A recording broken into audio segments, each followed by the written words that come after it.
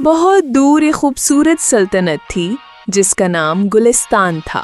اس کے چاروں طرف سبز درختوں سے بھرا ہوا ایک جادوئی جنگل تھا۔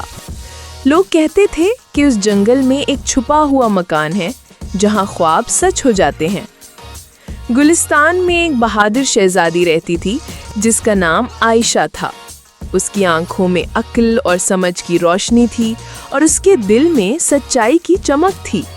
لیکن عائشہ کے آس پاس خوشیاں کم ہو گئی تھیں کیونکہ اس کے ابو بادشاہ کسی غم کی وجہ سے بہت اداس رہنے لگے تھے۔ ایک دن عائشہ محل کی کھڑکی سے باہر دیکھ رہی تھی۔ وہ اپنے ابو کو خوش دیکھنا چاہتی تھی، لیکن بادشاہ ہر وقت چپ اور افسردہ رہتے تھے۔ محل کی فضا بھی اداس ہو گئی تھی۔ دربار میں ہنسی خوشی ختم ہو چکی تھی اور لوگ بادشاہ کی حالت سے پریشان تھے۔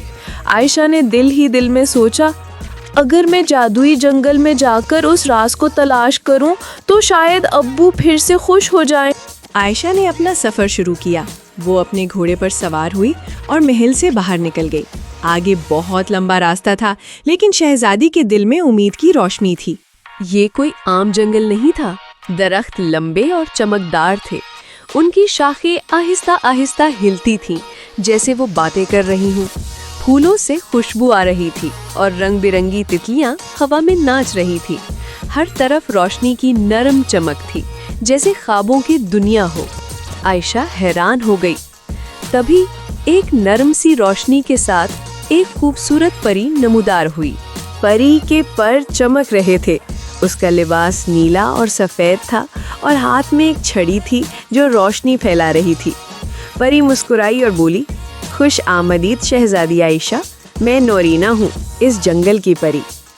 تم دل سے سچی ہو، اسی لیے تم یہاں تک پہنچ سکی، لیکن تمہیں آگے بڑھنے کے لیے 3 آزمائشیں دینی ہوں گی۔ عائشہ نے سر ہلایا اور کہا، اگر ان آزمائشوں سے میرے ابو کو خوشی واپس مل سکتی ہے تو میں ہر امتحان کے لیے تیار ہوں۔ پری نورینا نے اپنی چھڑی گھمائی۔ اچانک سامنے ایک جادوئی دروازہ ظاہر ہوا جو روشنی سے چمک رہا تھا۔ پری بولی، یہ دروازہ صرف ان لوگوں کے لیے کھلتا ہے جو سچے دل سے آزمائشیں پوری کرتے ہیں۔ تمہیں 3 امتحان دیے جائیں گے، پہلا وفاداری کا، دوسرا ہمت کا اور تیسرا محبت کا۔ عائشہ دروازے سے گزر کر ایک خوبصورت میدان میں پہنچی۔ وہاں ایک چھوٹا زخمی خرگوش کانپتا ہوا بیٹھا تھا۔ بارش ہو رہی تھی اور کوئی اس کی مدد نہیں کر رہا تھا۔ تبھی کچھ آوازیں آئیں، اس خرگوش کو چھوڑ دو، آگے خطرہ ہے۔ مگر عائشہ نے کسی کی نہ سنی۔ اس نے اپنا دوپٹہ پھاڑ کر خرگوش کے زخم پر باندھا اور اسے آہستہ سے اٹھا کر ایک درخت کے نیچے رکھا۔ اسی وقت ایک روشنی چمکی اور آواز آئی، تم نے وفاداری کا امتحان پاس کر لیا۔ اب عائشہ ایک گہری کھائی کے سامنے کھڑی تھی۔ ادھر سے ادھر جانے کا کوئی پل نہ تھا اور نیچے صرف دھند اور اندھیرا تھا۔ پری کی آواز آئی، صرف وہی پار جا سکتا ہے جسے اپنے دل پر بھروسہ ہو۔ عائشہ نے ایک رسی نکالی، ایک درخت سے باندھی اور آہستہ آہستہ نیچے لٹک کر دوسری طرف پہنچ گئی۔ آواز آئی، تم نے ہمت کا امتحان بھی کامیابی سے پورا کر لیا۔ اب وہ ایک خاموش جگہ پر پہنچی جہاں ایک سویا ہوا درخت کھڑا تھا۔ اس پر ایک خوبصورت چمکتی ہوئی کلی کھلی ہوئی تھی، لیکن پری نے خبردار کیا تھا، اس پھول میں جادو ہے۔ اگر تم نے اسے خود غرضی سے توڑا تو تمہیں نیند آ جائے گی، لیکن اگر تم اسے محبت سے حاصل کرو تو یہ تمہیں شفا دے گا۔ عائشہ نے آنکھیں بند کی، دعا کی اور نرمی سے کلی کو توڑ کر ایک چھوٹے کپڑے میں لپیٹ لیا۔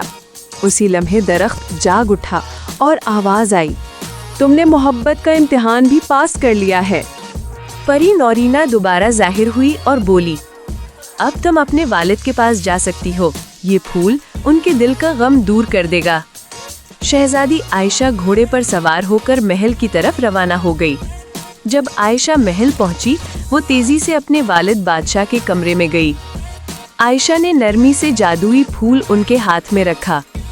بادشاہ نے آہستہ سے کہا، عائشہ میری بیٹی، تم نے میرا دل خوش کر دیا۔ پورے گلستان میں خوشیاں لوٹ آئیں اور عائشہ کے بہادری کی کہانی ہر طرف مشہور ہو گئی، اور سب نے یہ سیکھا کہ سچائی، ہمت اور محبت یہ 3 چیزیں دنیا کا سب سے بڑا جادو ہے۔